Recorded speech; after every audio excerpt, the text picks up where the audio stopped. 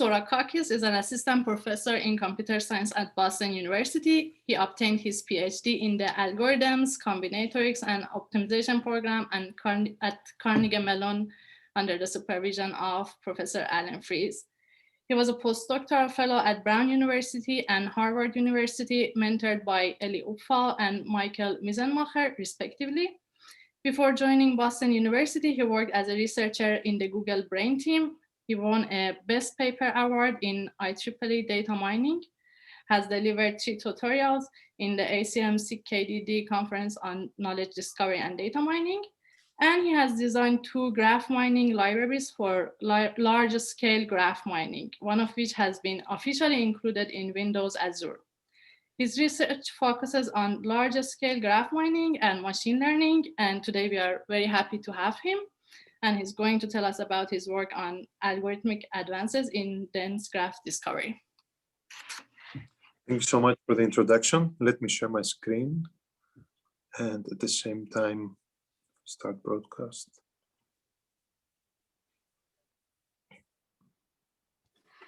Okay, so let me start my presentation. Okay, so can you all see my screen?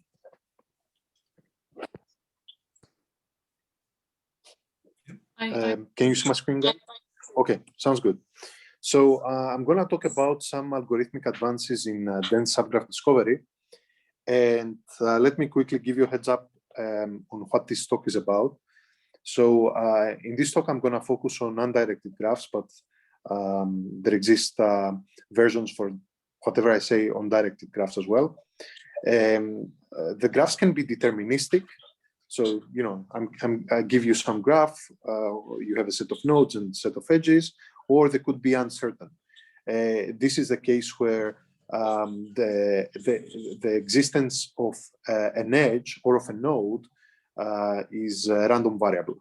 Here we will talk about the case where the edges are uncertain. You have some probability distribution on the edges.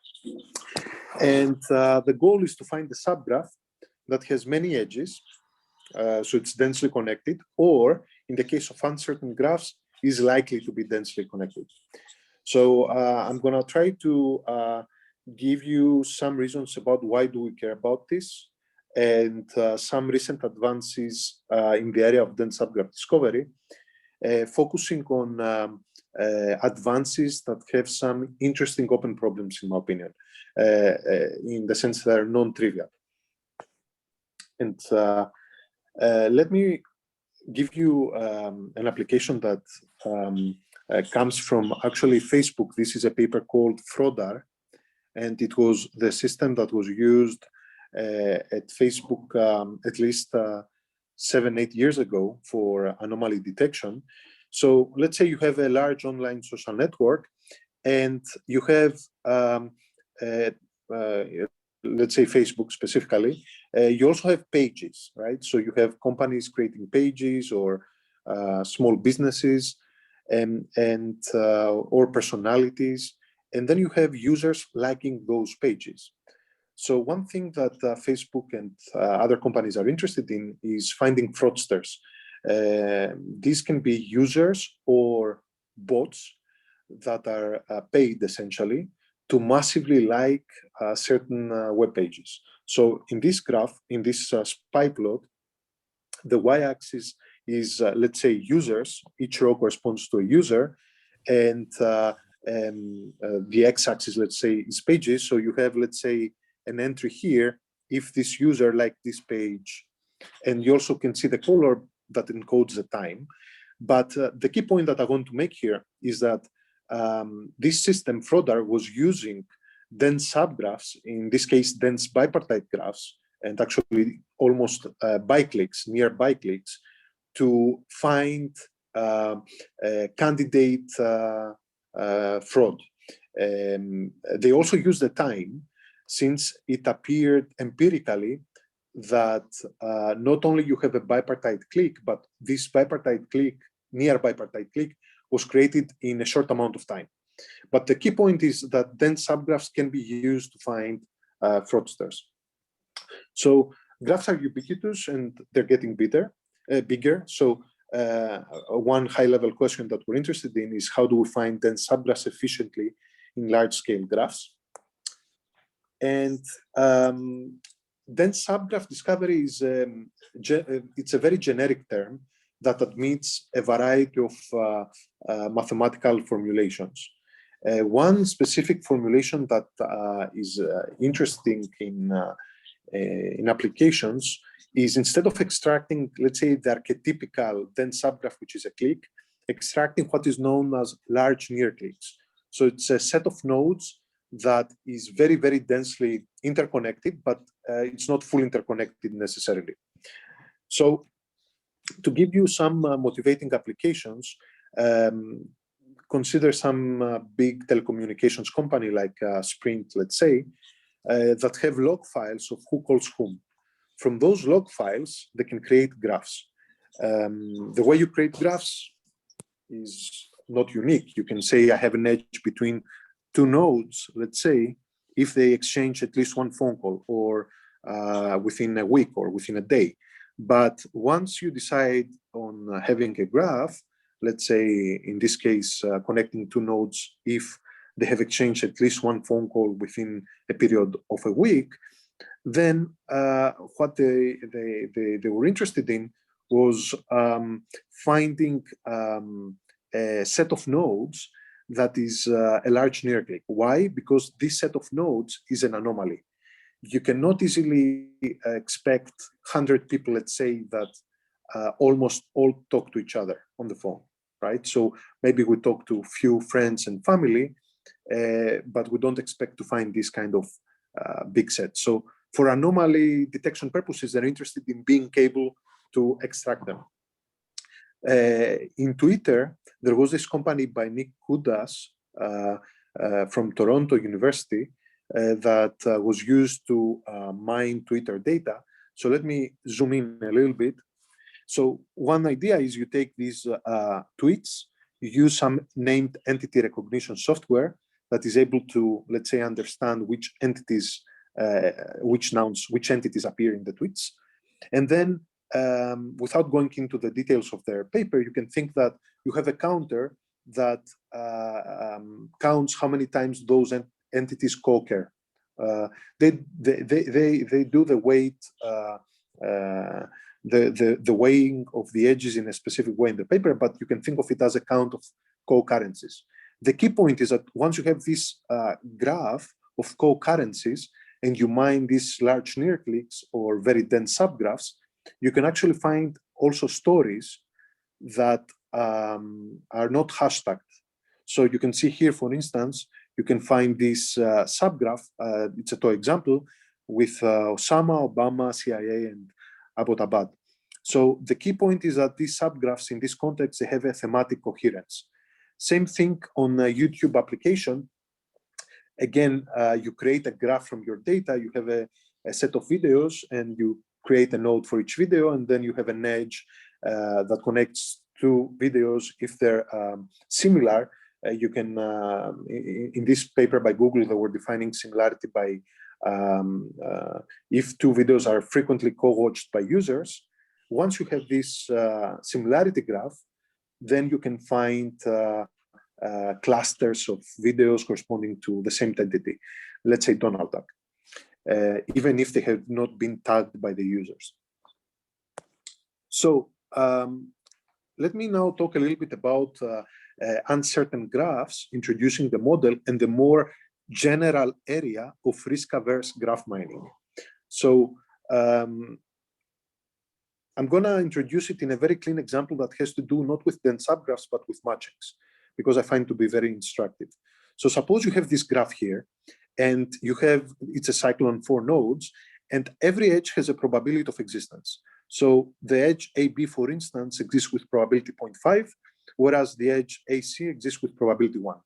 And then you can see, if the edge exists, you can see the weight of the edge over here. So if I ask you to find the matching with the maximum expected reward, you have, let's say, this matching here, and you also have this matching over here, right? So each matching has expected reward 80, but there is something fundamentally different about those two matchings, the orange matching always has reward 80 with probability 1, whereas the horizontal matching, let's say the green one, you can have with probability a quarter weight 0. And of course, you can have with probability a quarter weight 160. So it's more, let's say, risky matching. So one question, it doesn't mean that one is better than the other, or it means that they entail different risk, right? You may, if you have an investment, you may want to go with the more risk-averse investment. You may want to make more money and go with a risky investment. So in the context of graph mining, we're interested in finding graph structures matching cycles, motifs, dense subgraphs in general that have high expected reward and low risk. Ideally, we would like to be able to bound the risk and say, I want to find the maximum expected reward given some bound on the risk. Why do we care about uncertain graphs? Well, because they actually model a lot of real-world data sets. For instance, in online dating applications, you can have a classifier giving you the probability that two nodes are going to match, or you may have probabilities of a successful transplant between a donor and the patient, and they're modeling way more data sets, including sensor networks, but they are also appearing in a very natural way in influence maximization problems, but also in the context of graphs that have privacy properties. Like you may have a deterministic graph and you inject on purpose noise, so the weights become random variables. So the outline for today's talk, I'm going to talk about some recent advances in DSD, means dense subgraph discovery. I'm going to tell you the flawless algorithm, the K-clique DSP, which is the first paper I wrote was when I was a postdoc at ICERN, and then more follow-up work I did, and also the risk-averse dense subgraph discovery. And then I will conclude with some open problems. Actually, I may tell them on the way. Feel free to interrupt me because I cannot see you, or these raise hands whenever you have a question. So let's think about some basic formulations about dense subgraph discovery. I can define this quantity, let's say Phi of S. Let's say we have an unweighted, undirected graph as the number of edges induced by S divided by S choose 2. This is essentially a probability. If you pick two random nodes, what is the probability you actually find an edge? It's 0 if you have an independent set, it's 1 if you have a clique. So one may say, why don't we try to maximize this objective? The reason is that it's not a good idea because it's ill-posed. So the reason is if you have even a single edge, it achieves the maximum possible density. So it's not a good idea. So one may say, why don't we try to maximize this objective subject to certain cardinality constraints, let's say on the set S, but as soon as you impose those cardinality constraints, not only the problem becomes NP hard, but it's actually typically a very hard problem to approximate due to connections to the clique problem or the K-densest subgraph problem. So let's see another possible formulation that is fundamentally different from a computational complexity point of view. So if I define this quantity rho of S to be the degree density, practically is half the average degree. So if I had the 2 here, this would be exactly the average degree induced by S is the number of edges induced by S divided by the cardinality of the set S. So for instance, in this graph over here, you can see the set S in a green cycle. You have 5 nodes, so the denominator is 5, and you have 7 edges, 6 from the clique plus this one. So the degree density of this set is 7/5. So if I want to maximize this objective, I can do it in polynomial time using maximum flows. The original paper was due to Goldberg in 1984, and since then there have been papers that improve several aspects, including the runtime. For instance, this paper gave a parametric maximum flow algorithm instead of the log n maximum flow computations of Goldberg. But even if we have an exact tool to solve this optimization problem, People in practice, on very big graphs at least, they use a two approximation algorithm because it uses linear space and linear time. N here is the number of nodes, M is the number of edges.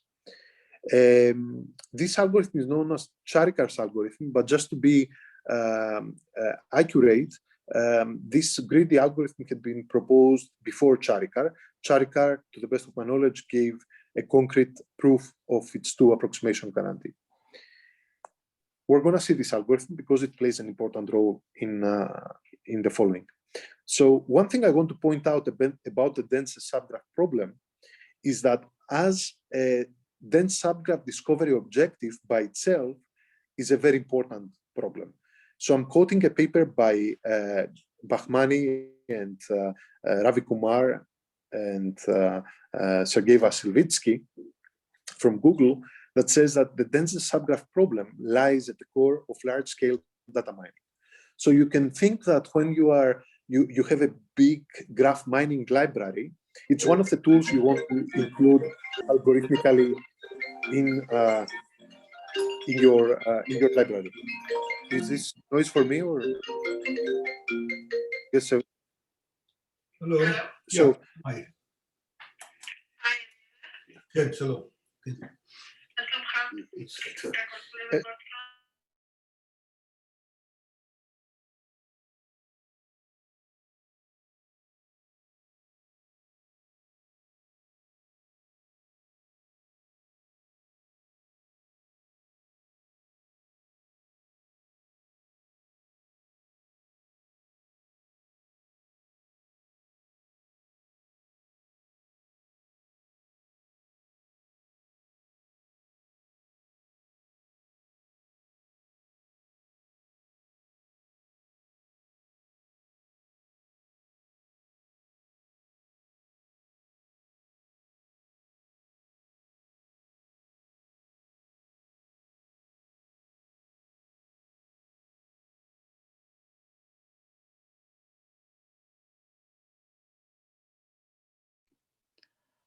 Sorry, Babis, I muted everybody and you are muted too. Can you unmute yourself?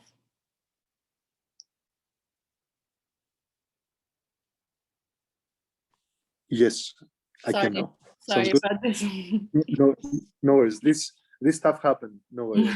So as I don't know if you heard me, but one thing I want to ask you to remember from this slide is that the DSP is a very important problem on its own. It occurs as a subroutine in even other algorithms like a two-hop set construction by Bitcoin and others. It can also be used to find, let's say, motif clusters in DNA and so on. It has been used, but in the context of large near cliques, it doesn't succeed. If one tries to impose cardinality constraints in order to find the large near cliques, then it becomes NP-hard. So let me give you an example of what I mean it doesn't succeed. This is a very small, it's a small graph with 150 nodes and 613 edges.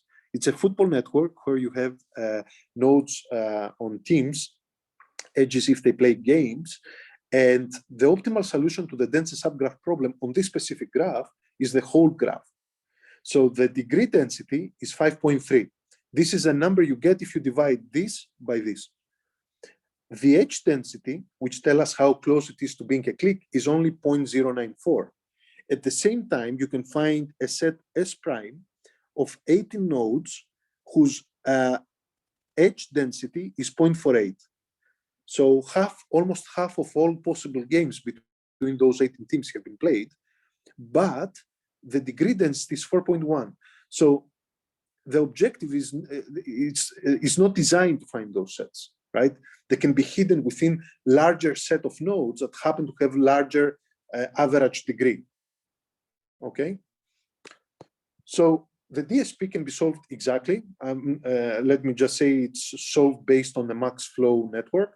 So the basic idea is that you ask whether there exists a set S such that, let's say, this objective is greater than some query value C. So you can move this over here.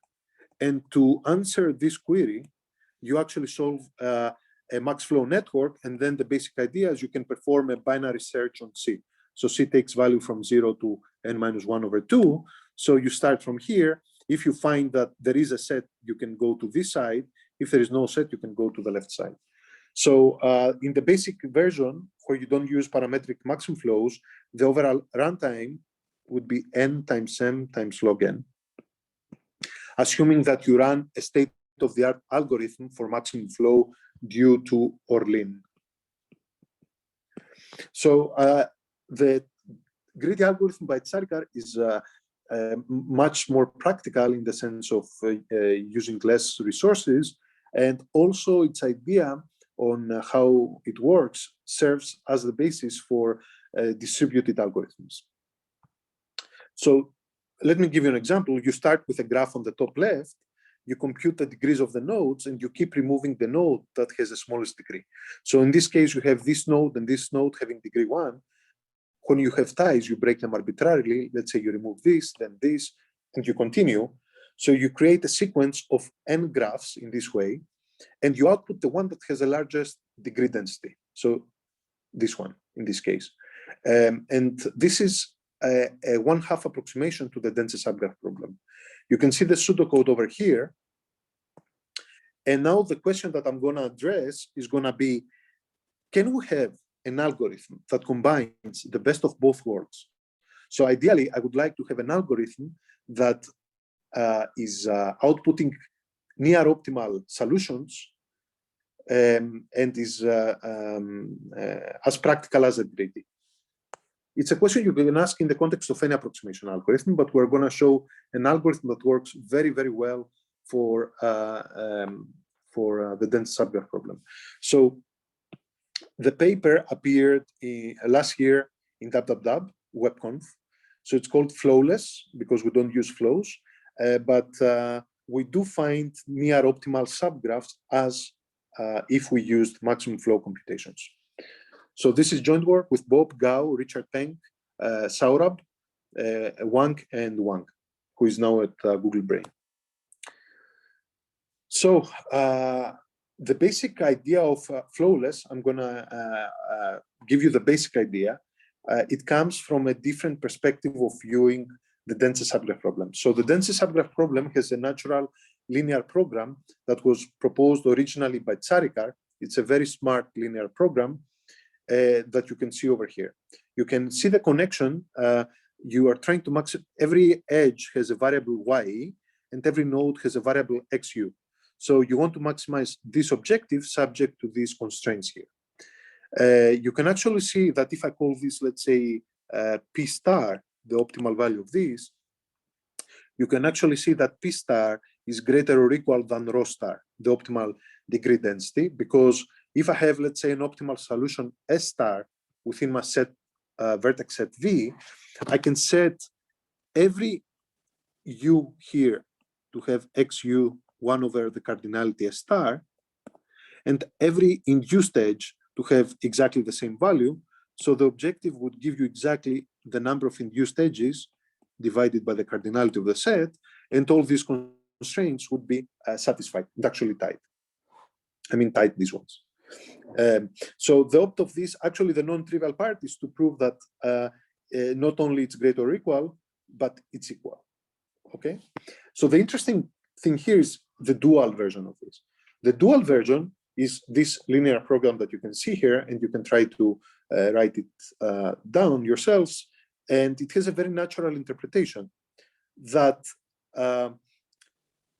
every edge, you can think that every edge, E, has a load of 1, and it needs to distribute the load. Let's say it has the endpoints UV. It needs to distribute the load on its endpoints such that any node V receives as small as possible load from the edges incident to it. So let's say V has this edge E, it has a bunch of other edges.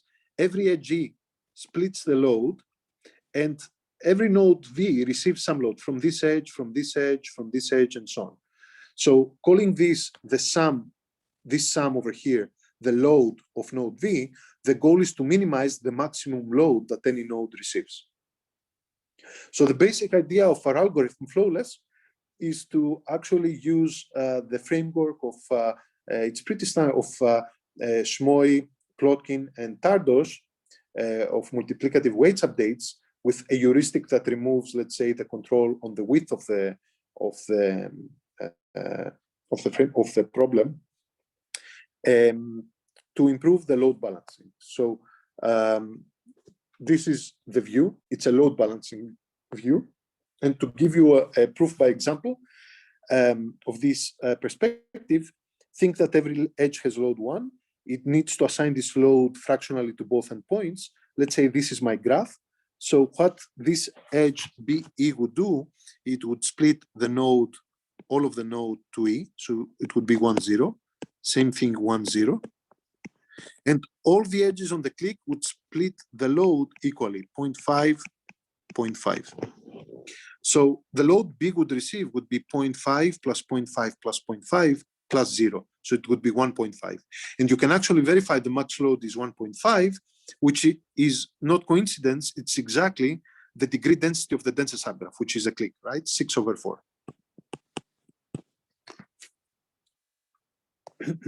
So we observe the greedy as a dual solution.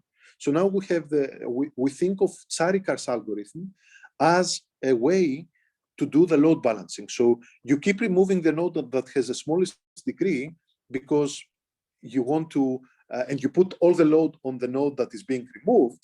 So it's doing some kind of load balancing, essentially. So the basic algorithm we have is called greedy plus plus, and we actually improve the load balancing of greedy. And I won't go into the details, but the key point is that it's using the framework of multiplicative weights updates, and specifically introduced by Plotkin, Shmoy, and Tardos. And we have the heuristic. That's where we lose the ability to prove theoretical guarantees, which is an interesting open problem, by discarding the width modulation that you need to do in general when you want to have guarantees. But at the same time, doing this gives us amazing experimental results, and I'm going to discuss these things later. So let me tell you the algorithm. So we ran the greedy algorithm multiple times. The first iteration is just Tsourakakis algorithm. But on every node, we are going to keep a load. So the peeling is going to be based on the load. Initially, the load of every node is 0. And we're going to peel the nodes according to the degree plus the load they have from the previous iteration. So in the first iteration, where all the loads have been initialized to 0, we just remove nodes according to the degree. But when we remove the node, we update, we call it vertex degree on the slide, but it's, let's call it load to give you the semantics I told you. We update the load by adding the degree of the node at its removal plus the load it was previously assigned. And we do the peeling based on those new in quotes degrees, which are loads. So this algorithm improves the load balancing. Let me show you the pseudocode. So initially, everything is initialized to 0. We run the algorithm for t iterations. And in every iteration, we start with a whole graph G, but every node has this counter, right? So the peeling is being done based on this, let's call it generalized load, right? So, and once you do the peeling, you update the load for the next iteration, and you remove U and all the edges adjacent to it. So it's a very, very simple and I would say minor change in the Tsourakakis code, but the results we get are pretty good. Before I show you some experimental results, I want to show you an example quickly where the greedy plus plus does way better than Tsourakakis. So if I have a graph that is the union of a big bipartite clique, D, like D lowercase comma D, so you have D lowercase nodes here and D uppercase on the right side, and then you have the union of K cliques with D plus 2 nodes, the densest subgraph you can verify is actually this bipartite clique. So if I set D to be significantly less than D and I let K go to plus infinity, you can see in this regime, the optimal solution is this this bipartite clique, right? So whereas the density of the whole graph is going to be half of the optimal density, and it's going to be also the density of any clique that you can see here, right? So perhaps I should write this down in the sense of expression. So the whole graph has d plus d nodes plus k times d plus 2 nodes, and the total number of edges is d times d plus k times d plus 2 choose 2. So if you take this regime over here, this limit is going to d plus 1 over 2. So these are going to be the terms that are going to matter, and you will get this d plus 1 over 2, which is actually the density of the whole graph and also the density of any clique. Whereas this thing here has d times d edges divided by d plus d nodes, which is about d. So you can see this is roughly half of this. So the problem with Tsourakakis is going to be the following, that when it starts peeling, it will start peeling the wrong nodes from this bipartite clique. So it will kill all those nodes, and then you will be left with a small bipartite clique and the cliques, and then the peeling will proceed, but you will never output the densest subgraph. And this instance actually shows that Tsourakakis is tight approximation. This 1/2 cannot be improved. Tsourakakis will output something which is roughly 1/2 away from the optimal. But when you run greedy plus plus, after the first iteration, you will actually have the loads. You can verify this. You will remove one node from here, but then you will start peeling off the cliques. So you will be left with essentially the optimal solution.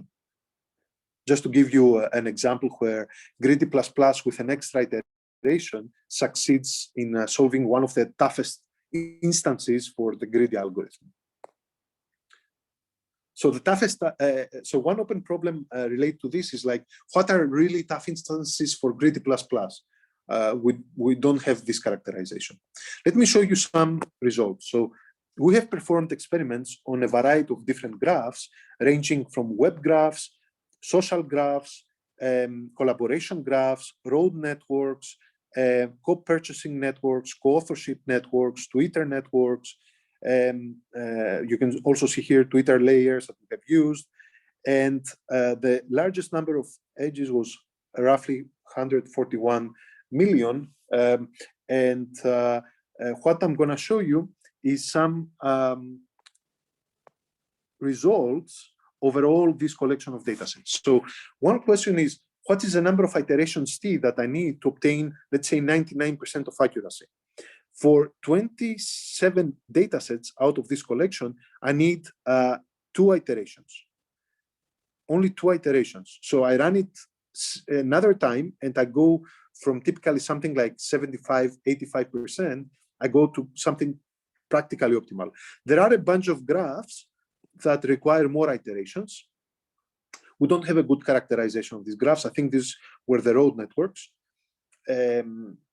But if we increase t, we actually observe that we do find the optimal solution, and you can see the number of iterations needed for this collection of graphs. The maximum was 100. Most of the graphs were below 20. So let me give you a summary of these findings. But before I do that, let me show you what happens on a single data set. So let's say this is the Amazon co-purchasing network.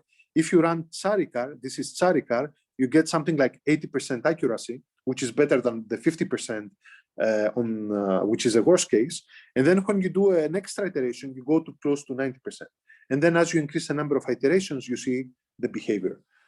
This is the Californian road network. You can see that it required several iterations to reach the optimal, but it does reach the optimal empirically.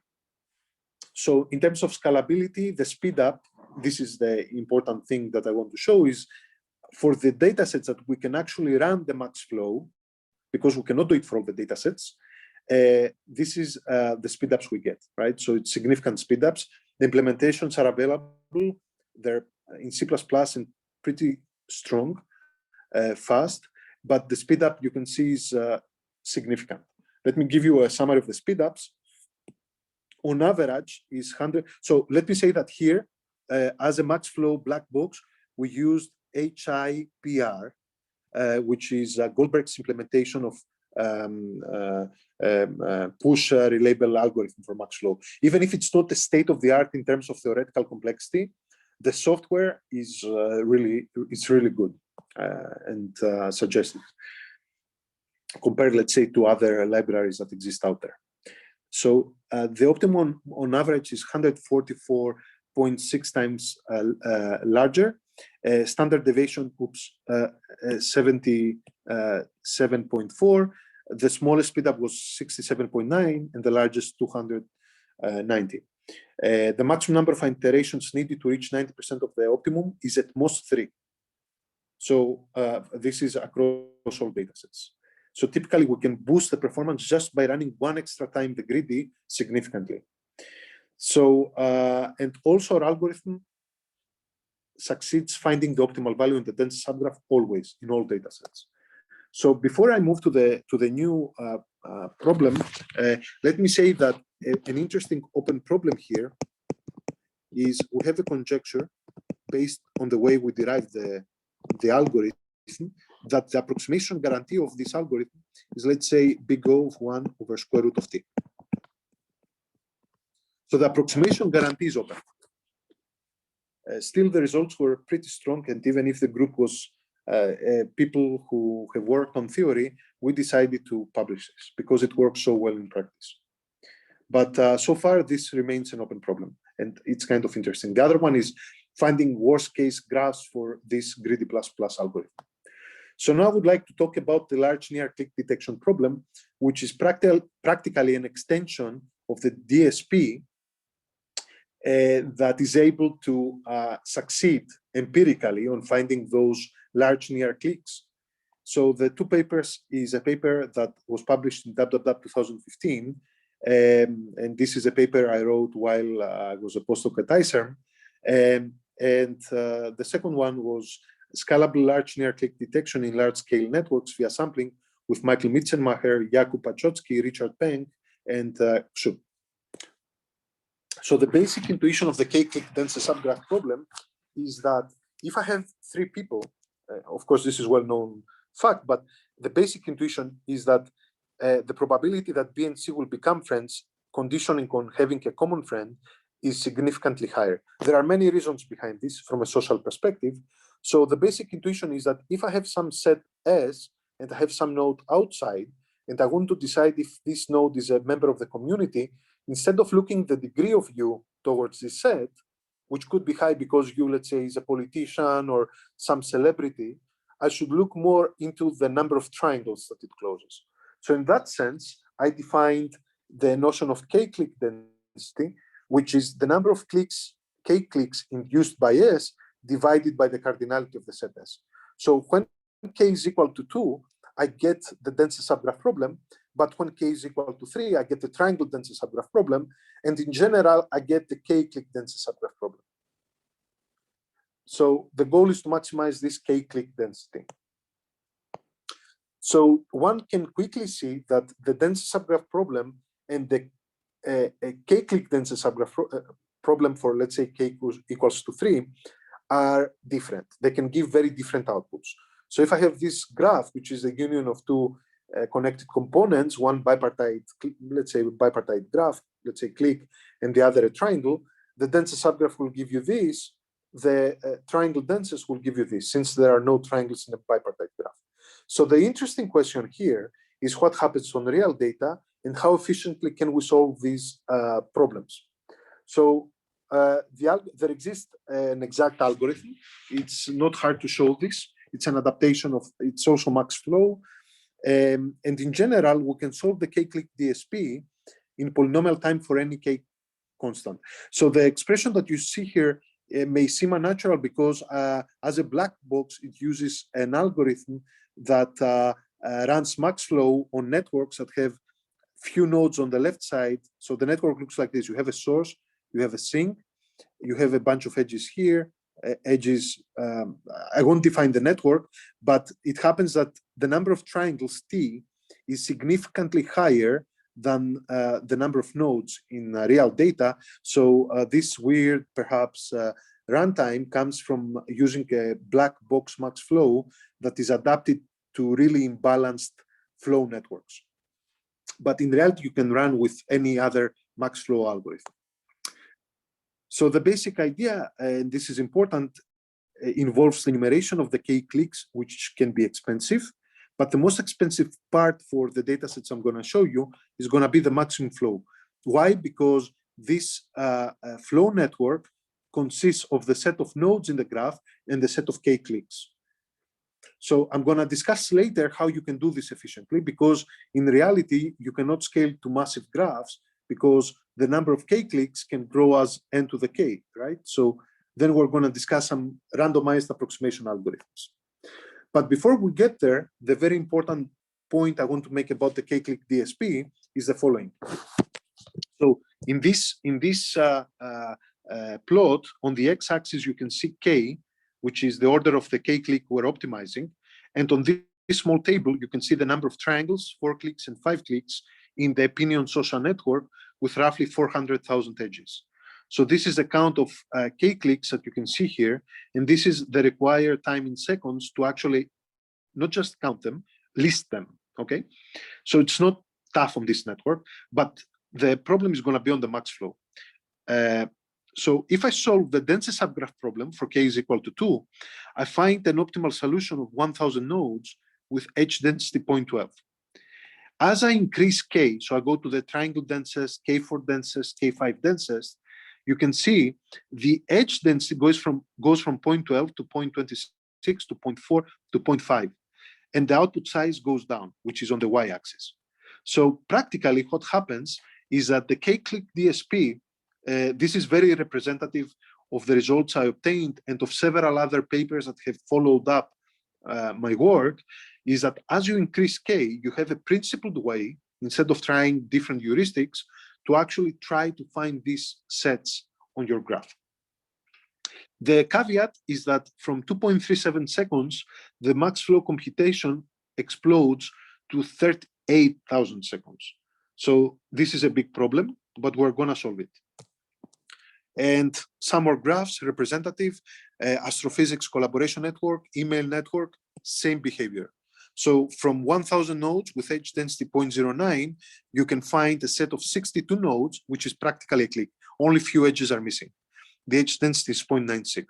Same thing on the email network. And you can see here the counts of the k-cliques and the runtime.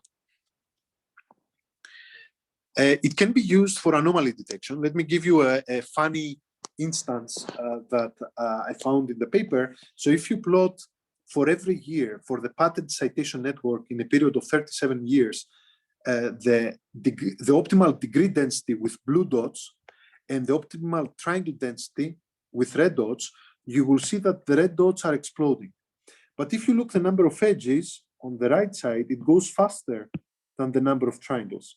In general, this suggests that this explosion in the triangle density is because there is a very, very dense subgraph that makes the number of triangles increase a lot locally, even if globally they're not increasing a lot.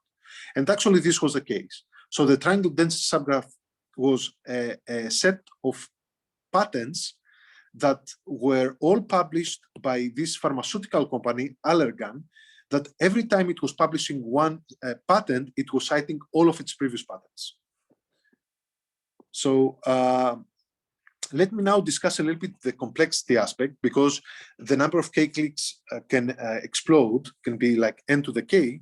So the key sparsification theorem we proved in the paper with Michael, Richard, Jakub, and Xu was the following. If you have a hypergraph and you take a sketch of 6 n log n over epsilon square edges, you can actually, if it's chosen uniformly at random, and you solve the densest subgraph problem on this sketch, you can get a 1 plus epsilon approximation.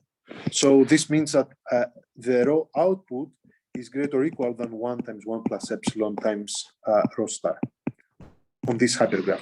Why am I talking about hypergraphs? Well, the k-clique densest subgraph problem, you can think of it as a hypergraph. So in the case of triangles, for every triangle, you can create a hyperedge. There is a technical difficulty that we overcame. It was not, the problem is if you try straightforwardly to take Chernoff bounds that give you 1 over poly-n polynomial of failure, and you have 2 to the n possible subsets, you cannot just take some kind of union bound. As a corollary, it also gives a single pass, 1 plus epsilon semi-streaming algorithm, and the best known algorithm before that needed log n over epsilon passes and was giving 2 plus epsilon approximation. And the basic idea is you just keep this sketch of n log n over epsilon square edges and you solve the DSP on the sketch. Same results came out roughly at the same time by Esfandiari and McGregor. We were discussing it in the context of the k-clique DSP, and they were also discussing it in the context of streaming algorithms. But the sparsification result is the same. So in reality, if you think about sampling every hyperedge with this probability, so you get this sketch in expectation right in size, the expected space reduction in the flow computation is 1 over p, and depending on the maximum flow black box you use, you get different speedups, but if you use a state-of-the-art max flow algorithm, you get something 1 over p squared. So on average, these are the speedups we observe for the k-clique DSP. As you increase k, the speedups increase a lot, and of course, there are graphs where you cannot even run the k-clique DSP for k even equal to 3, and here you can see the accuracy. You can see that for k equals 2, because real-world graphs are sparse to begin with, we don't get huge speedups. But as we increase k, because we have so many k-cliques, we can sparsify very accurately. So let me show you zooming in on one graph. So for every k, I have 5 dots because it's a randomized algorithm. And you can see as k increases, the edge density increases, it gets closer to being a clique. Typically, the output size decreases, even if it remains non-trivial. You can see you have hundreds of nodes here. The accuracy for this opinions graph, because we can run the max flow, is always above 95%, and the speed up from 4.67 goes to roughly 2,000 times.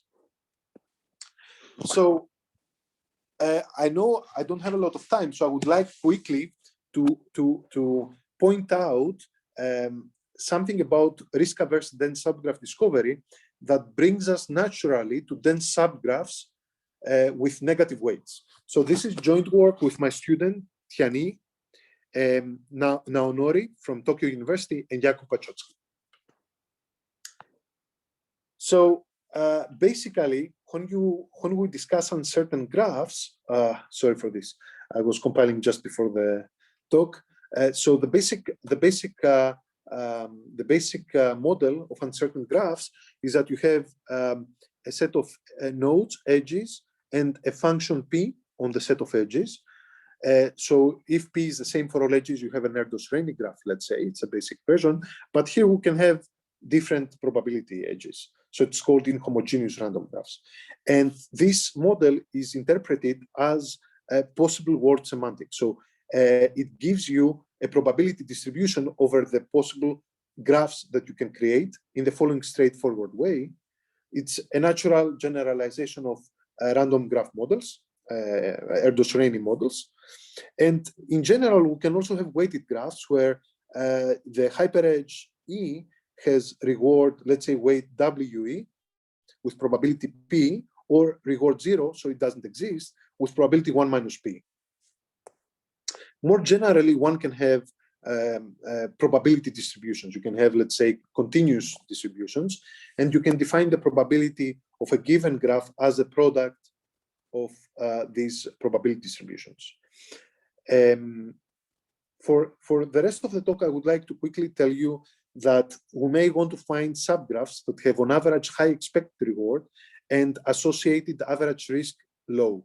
So here we quantify the low risk as the sum of the variances of the edges. So it's a natural way to measure risk, but it's of course not unique. So the basic thing that I want to point out is starting from risk-averse DSD, we actually realized that the densest subgraph problem, where the graph has negative weights, has not been well studied so far. So the basic intuition is we give, let's say, positive weights to the rewards, and you can think of another layer, if you want to say, another graph where you have negative edges corresponding to the variances. So ideally, you would like to have a subgraph that has high expected rewards and as low as possible risk on the edges. So there are plenty of formulations one can design, but I want to show you one formulation that combines these two objectives into a single objective. And the reason is it's going to show you the connection to the negative weights. So can we optimize this objective in polynomial time? So you can see it favors large positive weight and a low negative weight. So I'm going a little bit faster, but feel free to ask me questions. The basic thing is, if I ask whether there exists a set of nodes S such that this objective is greater than Q, and you do the algebra, you will see that essentially you end up asking a densest subgraph problem query, but the edge weights are over here and they can be negative. So this is where we started asking, can we solve the DSP using negative weights in polynomial time? And the answer is no. We have a reduction from max cut with starting from max cut, and we proved that it's actually NP hard. And we can actually fine-tune this objective to play with different tolerance to risk by adding some parameter B in the denominator. And the corollary is, okay, this problem may be solvable in polynomial time under special circumstances. For instance, whenever you have these weights here, if they're always positive, well, yes, it's the DSP. But in general, if you have negative edge weights, then the complexity becomes radically different. So what we did, we studied the peeling algorithm, and we proved that this Tsourakakis algorithm gives an approximation guarantee, which is rho star over 2, like Tsourakakis, but you have an additive error, which is upper bounded by the highest negative degree in the graph. So this is approximation guarantee. So for many graphs, this is not great, right? So if the negative degree is very high, this approximation could even be non-meaningful, right?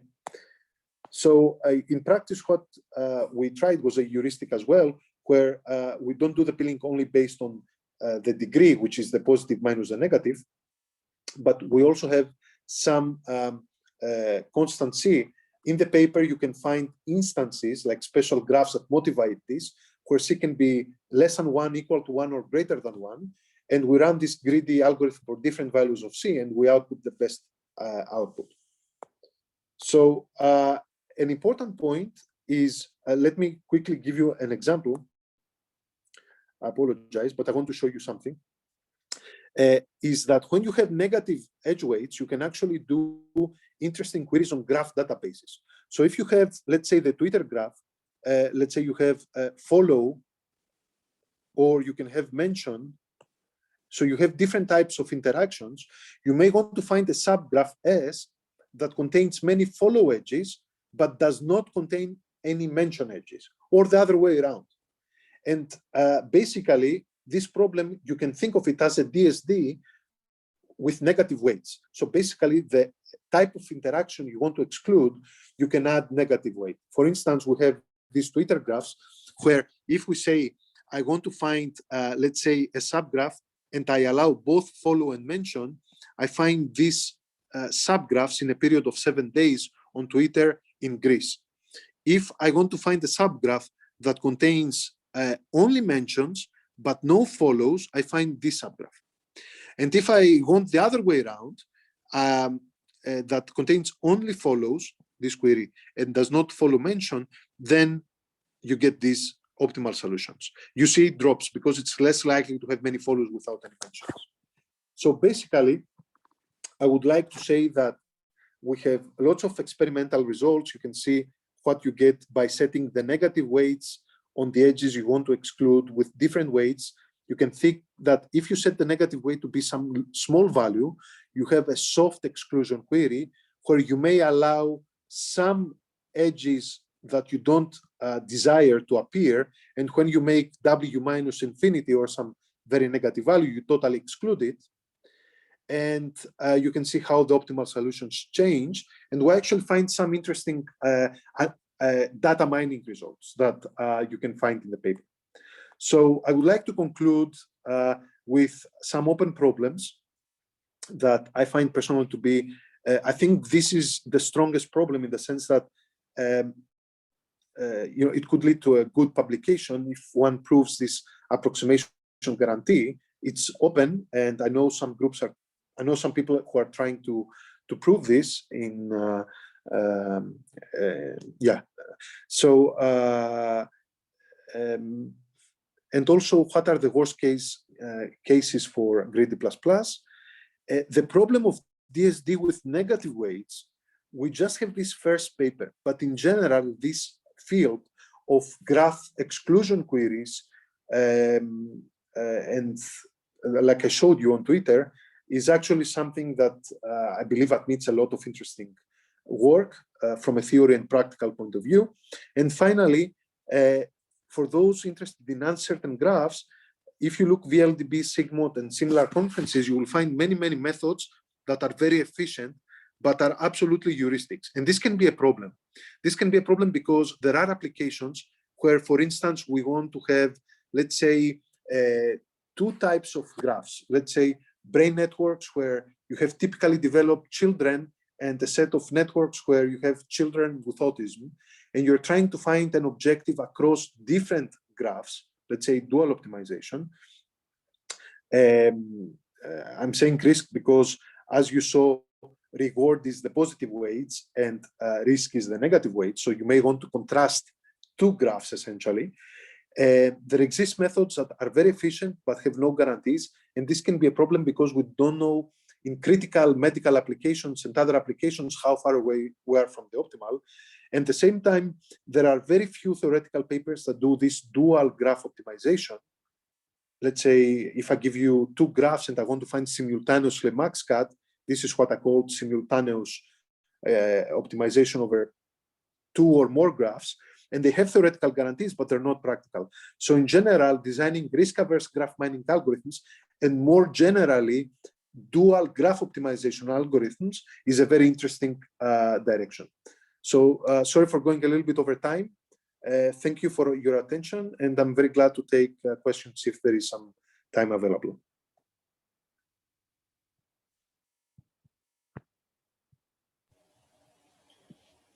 I have a question.